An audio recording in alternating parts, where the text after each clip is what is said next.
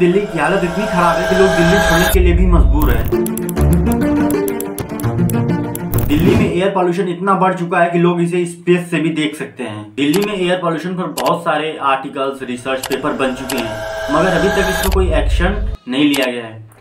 कोई ये कह दे कि कल के मरते आज मर जाओ तो आप ऑफेंड हो जाएंगे, लेकिन इतने सालों से अपनी कीमती सांस और जिंदगी के 10-12 साल आपसे लूटे जा रहे हैं। वो सांस लेने को मुश्किल हो रहा है। प्रदूषण इतना हो रहा है कि आंखों में बहुत जलन हो रही है। छतरपुर में नीला आसमान दिखता है क्या? अगर आप दिल्ली में रह रहे हो तो आप अपनी लाइफ का लगभग 12 साल रिड्यूस कर रहे हो आम इंसान के मामले में, क्योंकि आप ऐसी हवा को इनहेल कर रहे हो जो कि आपके लिए सूटेबल नहीं है, और ये आपकी लाइफ को धीरे धीरे कम कर रही है। आप हर दिन 40 से 50 सिगरेट पीने के बराबर हो अगर आप दिल्ली की हवा को इनहेल कर रहे हो तो। दिल्ली में पॉल्यूशन को बढ़ता हुआ देखकर हाई कोर्ट ने स्कूल कॉलेजों को हाइब्रिड मॉडल पर चलाने का आदेश दे दिया है।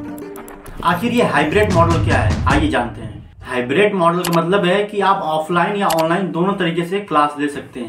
अगर आप चाहो तो स्कूल जाकर या कॉलेज जाकर अपना क्लास अटेंड कर सकते हो, या ऑनलाइन बैठकर भी क्लास अटेंड कर सकते हो, जैसे कि लॉकडाउन में पहले हुआ था। ये बच्चों के पेरेंट्स और स्कूल मैनेजमेंट के ऊपर डिपेंड करता है कि दिल्ली में AQI मीटर द्वारा पॉल्यूशन को नापा गया तो कितना ज्यादा हुआ है, तो आप यकीन नहीं करोगे कि 1250 से भी ऊपर है एयर पॉल्यूशन। जहां की अगर पॉल्यूशन 400 मीटर तक अगर दिखा रहा है तो यानी कि वो हमारे लिए बहुत ज्यादा खतरनाक है, मगर यहाँ पर 400 से भी ऊपर 1250 तक भी पहुंच चुका है। आखिर दिल्ली में इतना ज्यादा पॉल्यूशन फैल रहा है, इसके कारण क्या है? कारण बहुत सारे हैं, मगर कुछ मेन पॉइंट ये है कि पहला तो stubble burning. Haryana, Punjab side के क्षेत्रों में लोग अपने खेतों में परेली को ऐसे ही छोड़ देते हैं और कुछ समय बाद उसे जला देते हैं, जो कि ये बहुत ज्यादा ही पॉल्यूशन का कारण बनते हैं। हालांकि इस पर बहुत समय पहले से ही इस पर रोक लगाया गया है कि अपने खेतों में परेली नहीं जलाना है, मगर फिर भी लोग इसे जला देते हैं।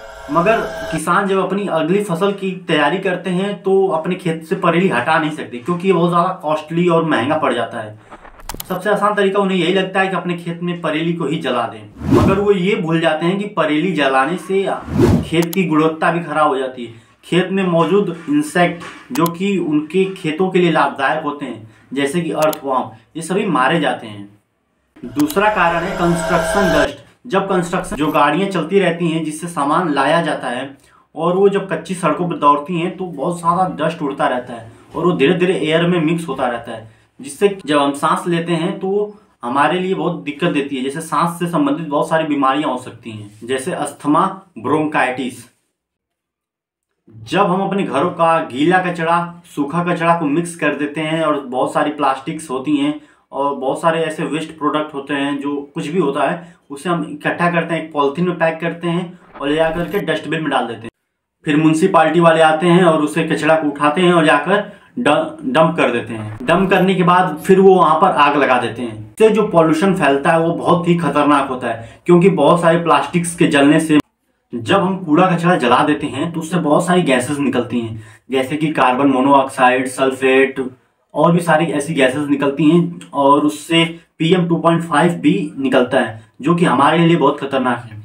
क्योंकि PM 2.5 इतने छोटे छोटे कण होते हैं कि इनके कारण कई गंभीर स्वास्थ्य समस्याएं हो सकती हैं, जैसे सांस की बीमारियां, दिल के रोग, कैंसर और जन्मजात बीमारियां। क्योंकि ये कण इतने छोटे होते हैं कि फेफड़ों के अंदर तक गहराई में जाकर बैठ जाते हैं और ये कैंसर, ब्रोंकाइटिस जैसे समस्याओं का निर्माण कर देते हैं। चौथा कारण, जब हम कोयले को जला करके इलेक्ट्रिसिटी जनरेट करते हैं तो उससे भी बहुत सारी ऐसी हानिकारक गैसें निकलती हैं, जो कि हमारे इन्वायरमेंट को भी हानिकारक पहुंचाती हैं, और हमारे लिए तो ऑब्वियस सी बात है कि हमारे लिए भी हानिकारक पहुंचाती हैं। और भी बहुत ज़्यादा कारण हैं जो पॉल्यूशन को फैलने में मदद करते हैं, मगर मैंने जो मेन था मैंने उसे बता दिया, और ऐसे बहुत सारे कारण हैं। आखिरी कारण है व्हीकल्स। व्हीकल से भी बहुत ज़्यादा पॉल्यूशन फैलता है। बहुत से ऐसे व्हीकल्स हैं जिसका QC नहीं कराया जाता है। पॉल्यूशन को कम करने के लिए हमें बहुत ज़्यादा पब्लिक ट्रांसपोर्ट बनाने चाहिए, जिससे लोग ज़्यादा से ज़्यादा अपनी गाड़ियों की बजाय पब्लिक ट्रांसपोर्ट लेना पसंद करें। और जो कचरा डिकम्पोज होने वाला हो उसे हम तुरंत ही अपने घर या कहीं किसी घर के कोने में या फिर गार्डन में उसे गाड़ करके उसे उसका खाद बना देना चाहिए।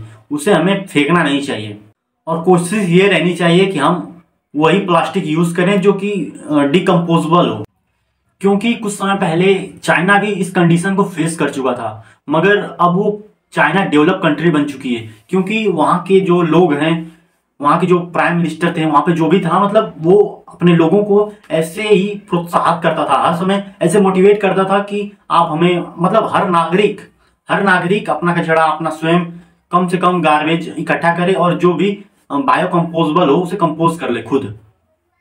तो ऐसे करके करके वो पॉल्यूशन को कम कर चुके। और जितनी भी सारी कार्स चलती हैं, वहाँ की बहुत सारी कार्स इलेक्ट्रिकल होती हैं, और वो इलेक्ट्रिक जनरेट भी करने के लिए भी वो कोयले का यूज नहीं करते हैं, वो वाइंड मिल लगा चुके हैं। और हमें भी यही तरीका अपनाना चाहिए। वीडियो को अंत तक देखने के लिए बहुत बहुत धन्यवाद। अगर आप यहाँ तक आए हो तो चैनल को जरूर से सब्सक्राइब कर लेना। अगर ये वीडियो आपको अच्छी लग रही है तो आप मेरी दूसरी वीडियो भी यहाँ पर जो क्लिक करके देख सकते हैं।